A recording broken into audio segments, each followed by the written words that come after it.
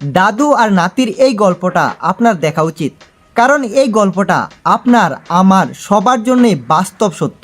একটা ছোট ছেলে তার গ্রীষ্মের ছুটিতে দাদুর বাড়িতে বেড়াতে গেলেন। সে তার দাদুর সাথে খেলতে খুবই পছন্দ করত। একদিন সে তার দাদুকে বলল, আমি বড় হয়ে একজন সফল মানুষ হতে চাই, আপনি কি আমাকে সফল হওয়ার কিছু কৌশল বলতে পারবেন? দাদু বললেন, হ্যাঁ অবশ্যই। তারপর নাতিকে সাথে করে একটি নার্সারিতে নিয়ে গেলেন। নার্সারি থেকে তার দাদু দুইটা গাছের ছোট চারা কিনে বাড়িতে নিয়ে আসলেন। তিনি একটা চারা টবে লাগিয়ে ঘরের ভিতরে রেখে দিলেন এবং আরেকটা চারা বাড়ির বাইরে রাস্তার পাশে লাগিয়ে দিলেন। দাদু নাতিকে জিজ্ঞাসা করলেন, তোমার কি মনে হয় এই দুইটা গাছের মধ্যে কোনটা ভবিষ্যতে ভালোভাবে বড় হবে? ছেলেটি কিছুক্ষণ ভাবলো, তারপর বলল, ঘরের ভিতরে থাকা গাছটি ভালোভাবে বড় হবে, কারণ এটা সব ধরনের বিপদাপদ থেকে নিরাপদ। আর বাইরে থাকা গাছটা অনেক কিছুর ঝুঁকিতে আছে, যেমন তীব্র সূর্যের আলো, ঝড়ু বাতাস, বিভিন্ন প্রাণীর হামলা ইত্যাদি।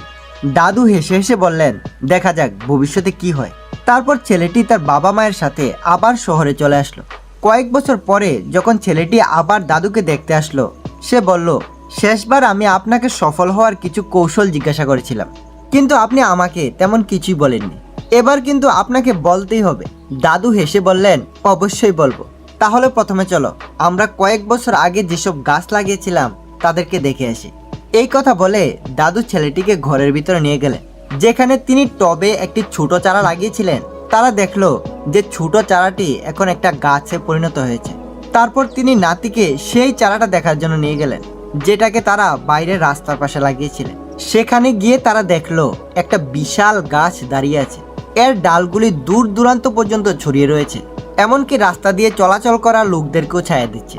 এখন দাদু ছেলেটির দিকে তাকিয়ে জিজ্ঞাসা করলেন, কোন গাছটি বেশি বড় হয়েছে, কোনটি বেশি সফল?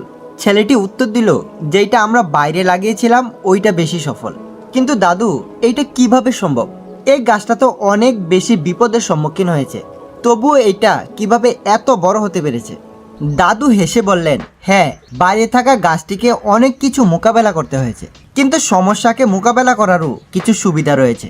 বাইরের গাছটির শিকড় যত খুশি গভীরে যাওয়ার এবং চারিদিকে ছড়িয়ে পড়ার সুযোগ ছিল। ঝড়ের মতো সমস্যাগুলি শিকড়কে আরও বেশি শক্তিশালী করে তুলেছিল। আজ এটা এতই বেশি শক্তিশালী হয়েছে যে ছোটোখাটো ঝড় এই গাছটির কোনো রকম ক্ষতি করতে পারবে না। নাতি, আমি এখন যা বলবো তা সব সময় মনে রাখবে, তাহলে তুমি যাই করো না কেন তাতেই সফল হবে। যদি তুমি সব সময় আরামের পথটি বেছে নাও, তাহলে তুমি তোমার সর্বোচ্চ বড় হতে পারবে না।